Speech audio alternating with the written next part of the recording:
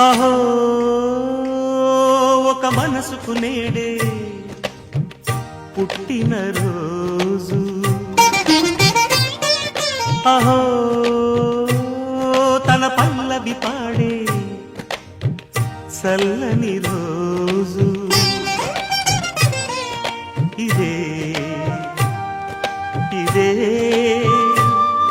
కుహు స్వరాల కానుక, మరో వసంత గీతిక జనించు రోజు. అహో ఒక మనసుకు